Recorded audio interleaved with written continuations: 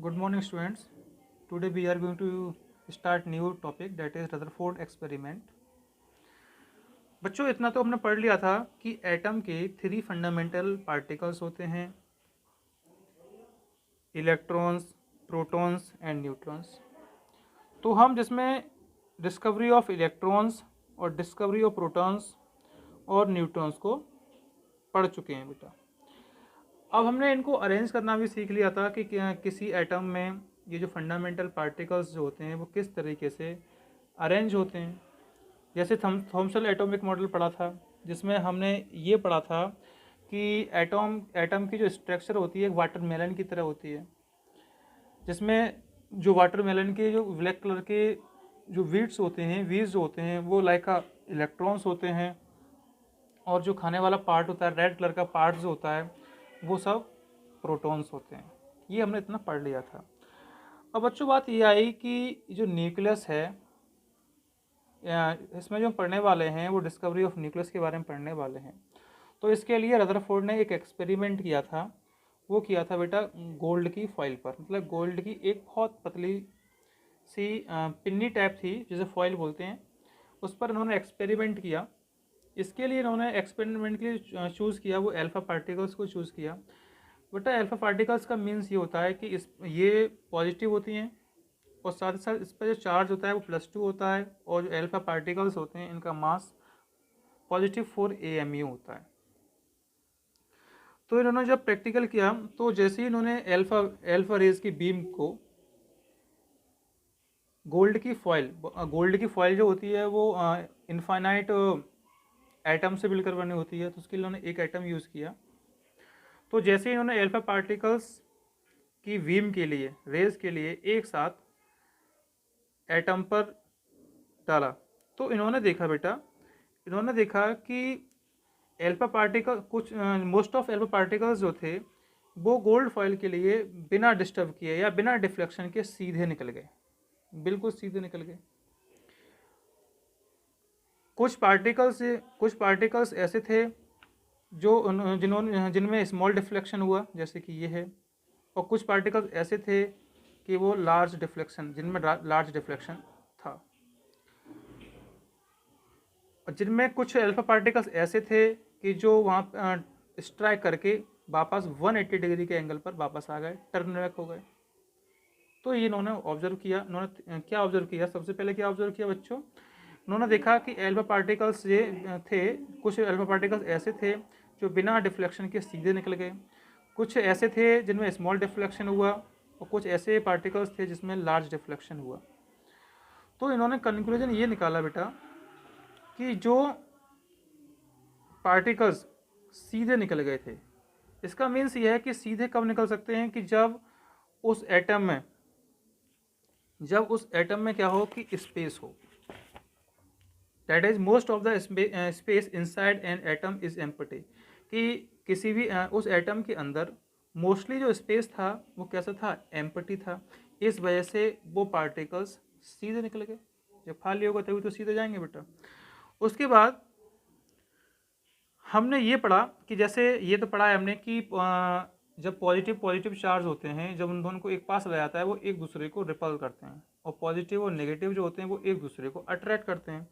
तो कुछ ये जो सेकंड पॉइंट था कि a few alpha particles are deflected through small angles and a few are deflected through large angle.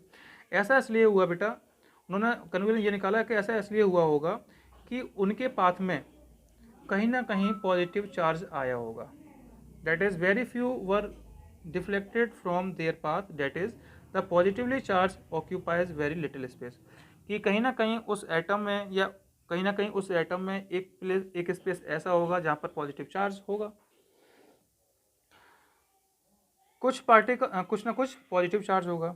अब कुछ उन्होंने देखा था, थर्ड पॉइंट में ये था कि very few alpha particles completely rebound on hitting the gold foil and turn back on their path। कुछ पार्टिकल ऐसे थे कि जो 180 डिग्री एंगल पर टर्न बैक हुए थे। तो इसका कंक्लूजन ये निकाला बेटा उन्होंने कि कि एटम के सेंटर पर कुछ ना कुछ पॉजिटिव चार्ज है, मतलब कुछ ना कुछ पॉजिटिव पार्ट है जो बहुत ही कम स्पेस बाउंड किए हुए है, घेरे हुए है, जिस पर एटम का जिस पर बेटा एटम का टोटल पॉजिटिव चार्ज और लगभग उस एटम का टोटल मास कंसंट्रेटेड होता है, जिसे बोलते हैं न्यूक्लियस जिसे बोलते हैं न्यूक्लियस। तो यहाँ से न्यूक्लियस की डिस्कवरी की उन्होंने ये बताया था बेटा कि जैसे कुछ जो पार्टिकल्स थे टकराकर वापस चले गए, 180 डिग्री के एंगल पर वापस चले गए। तो इसका मीन्स क्या हुआ कि ये जो अल्फा पार्टिकल्स थे वो भी पॉजिटिव थे। तो टकराकर कब जा सकते हैं, रिपल कब हो सकते हैं, जब वहाँ पर कोई ना कोई पॉजिटिव चार्ज हो। तो जैसे ही टकराकर वापस गए तो उन्होंने इसका मीन्स ये निकाला कि इस एटम के सेंटर पर कुछ ना कुछ पार्ट पॉजिटिव चार्ज का है, जो कि बहुत कम स्पेस घेरे घेरे हुए यहाँ पर बाउंड किए हुए हैं, जिसमें एटम का टोटल पॉजिटिव चार्ज और एंटायरली उस एटम का मास इस पर कंसंट्रेटेड है, इस पर प्रेजेंट है। तो इसके लिए उन्होंने बोला कि एटम के सेंटर को उन्होंने क्या बोल दिया, न्यूक्लियस बोला कि ये क्या है, एक न्यूक्लियस है।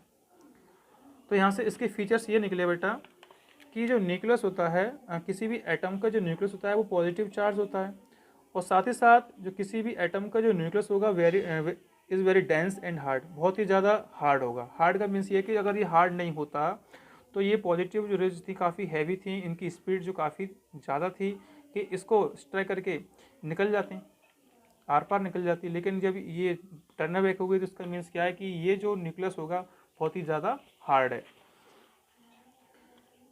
Third point is nucleus of an atom is very small as compare size of whole, कि किसी भी एटम का जो न्यूक्लियस होता है वो बहुत ही छोटा होता है in comparing size of whole atom, कि जो एटम का जो भी साइज होगा उसकी कंपेयरिंग में न्यूक्लियस का जो एटम का जो न्यूक्लियस होता है वो बहुत ही ज़्यादा स्मॉल होता है, बहुत ही ज़्यादा स्मॉल होता है बेटा। स्टूडेंट्स, अल्फा पार्टिकल के स्कैटरिंग एक्सपेरिमेंटल बेस पर रदरफोर्ड ने न्यूक्लियर मॉडल को दिया, जिसे बोलते हैं Rutherford model of the atom. इसके कुछ ऑब्जर्वेशंस हैं, वो क्या है बेटा कि an atom consist of positively charge, कि जो एटम होता है वो पॉजिटिव चार्ज को कंसिस्ट करता है, और साथ ही साथ डेंस एंड हार्ड, वो कैसा होता है, डेंस भी होता है और हार्ड भी होता है। And very small nucleus containing all the proton and neutrons, और जो न्यूक्लियस होता है वो उस एटम के ज़्यादातर जो प्रोटॉन होते हैं और न्यूट्रॉन होते हैं उनको कंसिस्ट करता है, कंटेन करता है। Almost the entire mass of an atom is consisted in the nucleus. जैसे मैंने आपको बताया था कि एटम का जो टोटल मास जो होगा उसके सेंटर पर होगा, एटम के सेंटर पर होता है, जिसे क्या बोलते हैं, न्यूक्लियस बोलते हैं।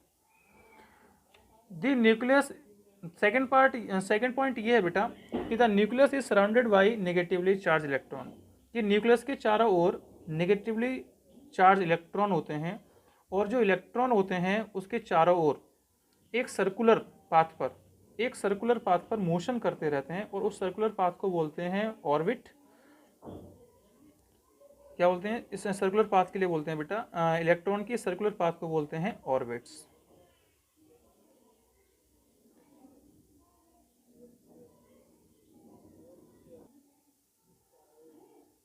बच्चों, ये जो इलेक्ट्रॉन्स होते हैं वो सर्कुलर पाथ पर रेगुलर मोशन करते रहते हैं, लेकिन फिर भी ये न्यूक्लियस में नहीं गिरते हैं।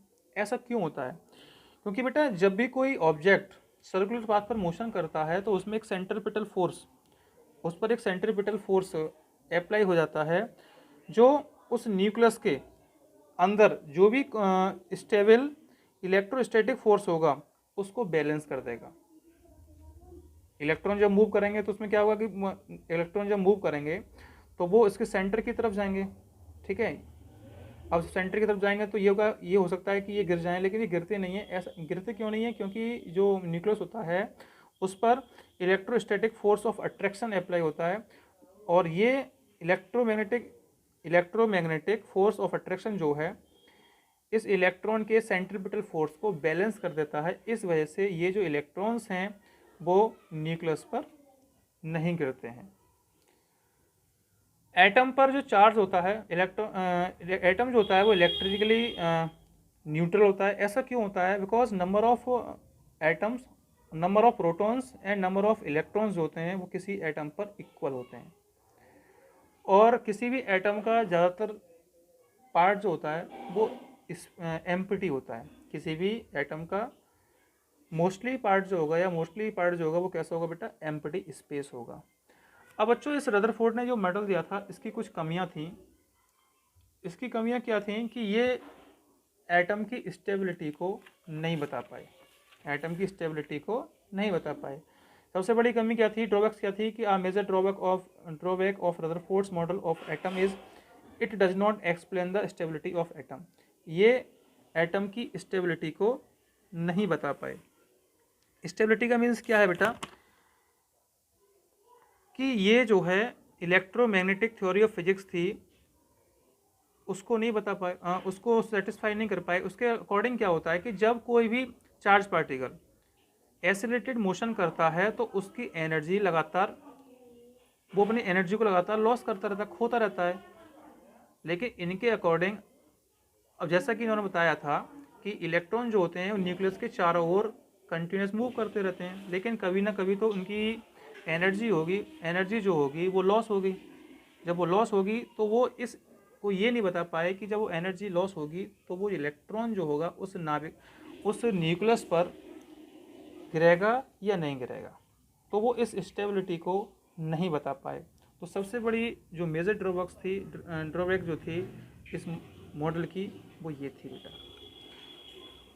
नेक्स्ट है बेटा वोहर्स एटॉमिक मॉडल। वोहर्स एटॉमिक मॉडल क्या है? उन्होंने, जैसे कि कमी थी इसमें रदरफोर्ड के मॉडल में, ये कमी थी कि वो एटम की स्टेबिलिटी को नहीं बता पाए थे। इन्होंने इस कमी को दूर किया। इसके लिए इन्होंने क्वांटम थ्योरी की हेल्प से इसको दूर किया। इनकी कुछ अजम्पशंस थी, वो क्या थी? उनकी अजम्पशंस ये थी बोर की कि an atom is made up of 3 particles, कि जो एटम जो होता है वो 3 पार्टिकल से मिलकर बना हुआ होता है, electron, proton and neutron. First point तो ये है, ठीक है। सेकंड ये है बेटा कि जो प्रोटॉन्स और न्यूट्रॉन्स होते हैं वो न्यूक्लियस के जो एटम का जो सेंटर होता है वो न्यूक्लियस होता है, उस पर प्रेजेंट रहते हैं, उसमें प्रेजेंट रहते हैं प्रोटॉन्स और न्यूट्रॉन। प्रोटॉन भी पॉजिटिव होता है और न्यूट्रॉन भी पॉजिटिव होता है, तो वो उस एटम के सेंटर पर, डेट इज न्यूक्लियस में प्रेजेंट होते हैं। अब इसके चारों ओर जो इलेक्ट्रॉन्स हैं वो रैपिडली मोशन करते रहते हैं, और इसके जिस सर्कुलर पाथ पर वो मोशन करते हैं उस पाथ के लिए क्या बोलते हैं बेटा? एनर्जी लेवल्स बोलते हैं या ऑर्बिट्स बोलते हैं। अब इन एनर्जी लेवल्स के नेम क्या है कि जो न्यूक्लियस के बिल्कुल पास में होगी फर्स्ट सेल जो होगी उसको के से शो करते हैं, डेट इज़ 1। सेकेंड सेल को एल से बोलते हैं या 2 से डिनोट करते हैं। जो थर्ड सेल होगी उसको एम से शो करते हैं या 3 से शो करते हैं। जो फोर्थ सेल होगी उसको एन से शो करते हैं या 4 से शो करते हैं। आगे भी ऐसे के L M N O P, ये सब क्या हैं? ये सब इसकी एनर्जी सेल्स होंगे बेटा। ये जो एनर्जी सेल्स हैं, ये जितने भी यहाँ पर सेल हैं कि 1 2 3, इन सभी सेल्स की जो एनर्जी होगी वो बिल्कुल फिक्स होगी, कि आप इस सेल में जितने भी इलेक्ट्रॉन मूव करेंगे उनकी एनर्जी क्या होगी? फिक्स होगी। सेकंड सेल में जो इलेक्ट्रॉन मूव करेंगे उनकी एनर्जी फिक्स होगी। तो ये तो था बेटा Bohr's atomic model. Next video में ये पढ़ेंगे हम कि distribution of electrons in different orbits, की डिफरेंट ऑर्बिट्स में इलेक्ट्रॉन का डिस्ट्रीब्यूशन किस तरीके से किया जाता है। Thank you. Good morning students, today we are going to start new topic, that is Rutherford experiment. बच्चों इतना तो हमने पढ़ लिया था कि एटम के 3 फंडामेंटल पार्टिकल्स होते हैं, इलेक्ट्रॉन्स, प्रोटॉन्स एंड न्यूट्रॉन्स। तो हम जिसमें डिस्कवरी ऑफ इलेक्ट्रॉन्स और डिस्कवरी ऑफ प्रोटॉन्स और न्यूट्रॉन्स को पढ़ चुके हैं बेटा। अब हमने इनको अरेंज करना भी सीख लिया था कि किसी एटम में ये जो फंडामेंटल पार्टिकल्स जो होते हैं वो किस तरीके से अरेंज होते हैं। जैसे थॉम्सन एटॉमिक मॉडल पढ़ा था, जिसमें हमने ये पढ़ा था कि एटम की जो स्ट्रक्चर होती है वाटरमेलन की तरह होती है, जिसमें जो वाटरमेलन के जो ब्लैक कलर के जो वीड्स होते हैं, वीज जो होते हैं वो लाइक इलेक्ट्रॉन्स होते हैं, और जो खाने वाला पार्ट होता है रेड कलर का पार्ट जो होता है वो सब प्रोटॉन्स होते हैं। ये हमने इतना पढ़ लिया था।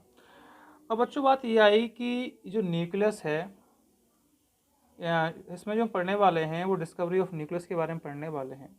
तो इसके लिए रदरफोर्ड ने एक एक्सपेरिमेंट किया था। वो किया था बेटा गोल्ड की फॉइल पर, मतलब गोल्ड की एक बहुत पतली सी पिन्नी टाइप थी जिसे फॉइल बोलते हैं, उस पर इन्होंने एक्सपेरिमेंट किया। इसके लिए इन्होंने एक्सपेरिमेंट के लिए चूज़ किया वो अल्फ़ा पार्टिकल्स को चूज़ किया। बेटा अल्फ़ा पार्टिकल्स का मीन्स ये होता है कि ये पॉजिटिव होती हैं और साथ ही साथ इस पर जो चार्ज होता है वो +2 होता है, और जो अल्फ़ा पार्टिकल्स होते हैं इनका मास +4 AMU होता है। तो इन्होंने जब प्रैक्टिकल किया तो जैसे ही इन्होंने अल्फ़ा रेज की बीम को गोल्ड की फॉइल जो होती है वो इनफाइनाइट एटम से मिलकर बनी होती है, तो उसके लिए इन्होंने एक एटम यूज़ किया। तो जैसे ही इन्होंने अल्फ़ा पार्टिकल्स की बीम के लिए रेज के लिए एक साथ एटम पर डाला तो इन्होंने देखा कि अल्फ़ा पार्टिकल कुछ मोस्ट ऑफ अल्फ़ा पार्टिकल्स जो थे वो गोल्ड फॉइल के लिए बिना डिस्टर्ब किए या बिना डिफ्लेक्शन के सीधे निकल गए, बिल्कुल सीधे निकल गए। कुछ पार्टिकल्स ऐसे थे जो जिनमें स्मॉल डिफ्लेक्शन हुआ, जैसे कि ये है, और कुछ पार्टिकल्स ऐसे थे कि वो जिनमें लार्ज डिफ्लेक्शन था, और जिनमें कुछ अल्फ़ा पार्टिकल्स ऐसे थे कि जो वहाँ स्ट्राइक करके वापस 180 डिग्री के एंगल पर वापस आ गए, टर्न बैक हो गए। तो ये इन्होंने ऑब्जर्व किया। इन्होंने क्या ऑब्जर्व किया, सबसे पहले क्या ऑब्जर्व किया बच्चों, उन्होंने देखा कि अल्फ़ा पार्टिकल्स ये थे, कुछ अल्फ़ा पार्टिकल्स ऐसे थे जो बिना डिफ्लेक्शन के सीधे निकल गए, कुछ ऐसे थे जिनमें स्मॉल डिफ्लेक्शन हुआ, और कुछ ऐसे पार्टिकल्स थे जिसमें लार्ज डिफ्लेक्शन हुआ। तो इन्होंने कंक्लूजन ये निकाला बेटा कि जो पार्टिकल्स सीधे निकल गए थे, इसका मीन्स ये है कि सीधे कब निकल सकते हैं कि जब उस एटम में क्या हो कि स्पेस हो, that is most of the space inside an atom is empty, कि किसी भी उस एटम के अंदर मोस्टली जो स्पेस था वो कैसा था, एम्प्टी था। इस वजह से वो पार्टिकल्स सीधे निकल गए। जब खाली होगा तभी तो सीधे जाएंगे बेटा। उसके बाद हमने ये पढ़ा कि जैसे ये तो पढ़ा है हमने कि जब पॉजिटिव चार्ज होते हैं, जब उन दोनों को एक पास लाया जाता है वो एक दूसरे को रिपल करते हैं, और पॉजिटिव और नेगेटिव जो होते हैं वो एक दूसरे को अट्रैक्ट करते हैं। तो कुछ ये जो सेकंड पॉइंट था कि a few alpha particles are deflected through small angles and a few are deflected through large angle. ऐसा इसलिए हुआ बेटा, उन्होंने कंक्लूजन ये निकाला कि ऐसा इसलिए हुआ होगा कि उनके पाथ में कहीं ना कहीं पॉजिटिव चार्ज आया होगा, that is very few were deflected from their path, that is the positively charged occupies very little space, कि कहीं ना कहीं उस एटम में या कहीं ना कहीं उस एटम में एक स्पेस ऐसा होगा जहाँ पर पॉजिटिव चार्ज होगा, कुछ ना कुछ पॉजिटिव चार्ज होगा। अब कुछ उन्होंने देखा था, थर्ड पॉइंट में ये था कि very few alpha particles completely rebound on hitting the gold foil and turn back on their path। कुछ पार्टिकल ऐसे थे कि जो 180 डिग्री एंगल पर टर्न बैक हुए थे। तो इसका कंक्लूजन ये निकाला बेटा उन्होंने कि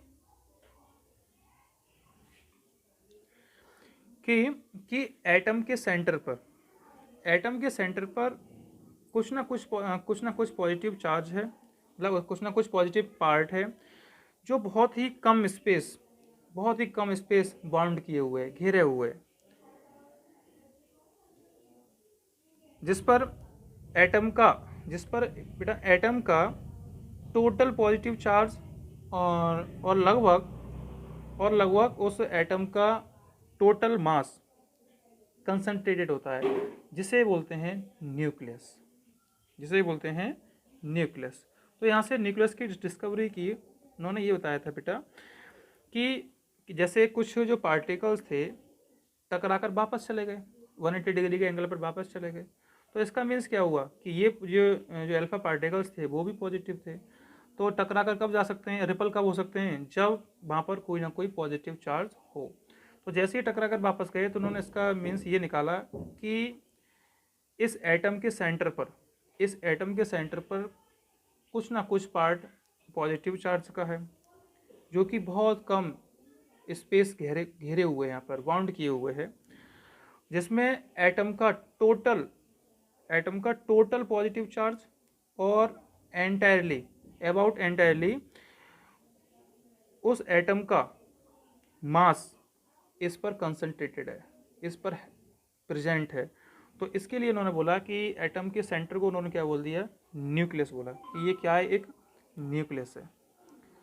तो यहाँ से इसके फीचर्स ये निकले बेटा कि जो न्यूक्लियस होता है, किसी भी एटम का जो न्यूक्लियस होता है वो पॉजिटिव चार्ज होता है, और साथ ही साथ जो किसी भी एटम का जो न्यूक्लियस होगा is very dense and hard, बहुत ही ज़्यादा हार्ड होगा। हार्ड का मीन्स ये कि अगर ये हार्ड नहीं होता तो ये पॉजिटिव जो रेज थी काफ़ी हैवी थी, इनकी स्पीड जो काफ़ी ज़्यादा थी कि इसको स्ट्राइक करके निकल जाते हैं, आर पार निकल जाती है। लेकिन जब ये टर्न बैक हो गई तो इसका मीन्स क्या है कि ये जो न्यूक्लियस होगा बहुत ही ज़्यादा हार्ड है। Third point is nucleus of an atom is very small as compare size of whole, कि किसी भी एटम का जो न्यूक्लियस होता है वो बहुत ही छोटा होता है in comparing size of whole atom, कि जो एटम का जो भी साइज होगा उसकी कंपेयरिंग में न्यूक्लियस का जो एटम का जो न्यूक्लियस होता है वो बहुत ही ज़्यादा स्मॉल होता है, बहुत ही ज़्यादा स्मॉल होता है बेटा। स्टूडेंट्स, अल्फा पार्टिकल के स्कैटरिंग एक्सपेरिमेंटल बेस पर रदरफोर्ड ने न्यूक्लियर मॉडल को दिया, जिसे बोलते हैं Rutherford model of the atom. इसके कुछ ऑब्जर्वेशंस हैं, वो क्या है बेटा कि an atom consist of positively charge, कि जो एटम होता है वो पॉजिटिव चार्ज को कंसिस्ट करता है, और साथ ही साथ डेंस एंड हार्ड, वो कैसा होता है, डेंस भी होता है और हार्ड भी होता है। And very small nucleus containing all the proton and neutrons, और जो न्यूक्लियस होता है वो उस एटम के ज़्यादातर जो प्रोटॉन होते हैं और न्यूट्रॉन होते हैं उनको कंसिस्ट करता है, कंटेन करता है। Almost the entire mass of an atom is consisted in the nucleus. जैसे मैंने आपको बताया था कि एटम का जो टोटल मास जो होगा उसके सेंटर पर होगा, एटम के सेंटर पर होता है, जिसे क्या बोलते हैं, न्यूक्लियस बोलते हैं। द न्यूक्लियस सेकेंड पॉइंट ये है बेटा कि the nucleus is surrounded by negatively charge electron, कि न्यूक्लियस के चारों ओर नेगेटिवली चार्ज इलेक्ट्रॉन होते हैं, और जो इलेक्ट्रॉन होते हैं उसके चारों ओर एक सर्कुलर पाथ पर मोशन करते रहते हैं, और उस सर्कुलर पाथ को बोलते हैं ऑर्बिट। क्या बोलते हैं, इस सर्कुलर पाथ के लिए बोलते हैं बेटा, इलेक्ट्रॉन की सर्कुलर पाथ को बोलते हैं ऑर्बिट्स।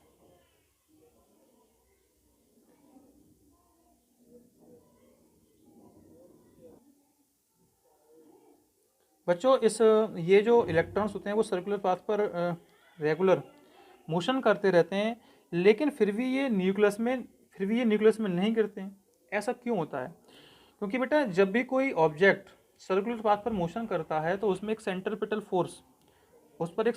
फोर्स अप्लाई हो जाता है, जो उस न्यूक्लियस के अंदर जो भी स्टेबल इलेक्ट्रोस्टैटिक फोर्स होगा उसको बैलेंस कर देगा। इलेक्ट्रॉन जब मूव करेंगे तो उसमें क्या होगा कि इलेक्ट्रॉन जब मूव करेंगे तो वो इसके सेंटर की तरफ जाएंगे, ठीक है। अब सेंटर की तरफ जाएंगे तो ये हो सकता है कि ये गिर जाएं, लेकिन ये गिरते नहीं है। ऐसा गिरते क्यों नहीं है? क्योंकि जो न्यूक्लियस होता है उस पर electrostatic force of attraction apply होता है, और ये इलेक्ट्रोमैग्नेटिक फोर्स ऑफ अट्रैक्शन जो है इस इलेक्ट्रॉन के सेंट्रीपिटल फोर्स को बैलेंस कर देता है। इस वजह से ये जो इलेक्ट्रॉन्स हैं वो न्यूक्लियस पर नहीं गिरते हैं। एटम पर जो चार्ज होता है एटम जो होता है वो इलेक्ट्रिकली न्यूट्रल होता है। ऐसा क्यों होता है? Because number of atoms, number of protons and number of electrons जो होते हैं वो किसी एटम पर इक्वल होते हैं, और किसी भी एटम का ज़्यादातर पार्ट जो होता है वो इस एम्प्टी होता है। किसी भी एटम का मोस्टली पार्ट जो होगा, या मोस्टली पार्ट जो होगा वो कैसा होगा बेटा? एम्प्टी स्पेस होगा। अब बच्चों, इस रदरफोर्ड ने जो मेडल दिया था इसकी कुछ कमियां थी। इसकी कमियां क्या थी कि ये एटम की स्टेबिलिटी को नहीं बता पाए, एटम की स्टेबिलिटी को नहीं बता पाए। सबसे बड़ी कमी क्या थी, ड्रॉबैक्स क्या थी कि a major drawback of Rutherford's model of atom is it does not explain the stability of atom. ये एटम की स्टेबिलिटी को नहीं बता पाए। स्टेबिलिटी का मीन्स क्या है बेटा? कि ये जो है इलेक्ट्रोमैग्नेटिक थ्योरी ऑफ फिजिक्स थी उसको नहीं बता पाए, उसको सेटिस्फाई नहीं कर पाए। उसके अकॉर्डिंग क्या होता है कि जब कोई भी चार्ज पार्टिकल एसिलेटेड मोशन करता है तो उसकी एनर्जी लगातार, वो अपनी एनर्जी को लगातार लॉस करता रहता है, खोता रहता है। लेकिन इनके अकॉर्डिंग, अब जैसा कि इन्होंने बताया था कि इलेक्ट्रॉन जो होते हैं वो न्यूक्लियस के चारों ओर कंटिन्यूस मूव करते रहते हैं, लेकिन कभी ना कभी तो उनकी एनर्जी होगी, एनर्जी जो होगी वो लॉस होगी। जब वो लॉस होगी तो वो इस को ये नहीं बता पाए कि जब वो एनर्जी लॉस होगी तो वो इलेक्ट्रॉन जो होगा उस नाभिक, उस न्यूक्लियस पर गिरेगा या नहीं गिरेगा। तो वो इस स्टेबिलिटी को नहीं बता पाए। तो सबसे बड़ी जो मेजर ड्रॉबैक जो थी इस मॉडल की, वो ये थी बेटा। नेक्स्ट है बेटा वोहर्स एटॉमिक मॉडल। वोहर्स एटॉमिक मॉडल क्या है? उन्होंने, जैसे कि कमी थी इसमें रदरफोर्ड के मॉडल में, ये कमी थी कि वो एटम की स्टेबिलिटी को नहीं बता पाए थे। इन्होंने इस कमी को दूर किया। इसके लिए इन्होंने क्वांटम क्वांटम थ्योरी की हेल्प से इसको दूर किया। इनकी कुछ अजम्पशंस थी, वो क्या थी?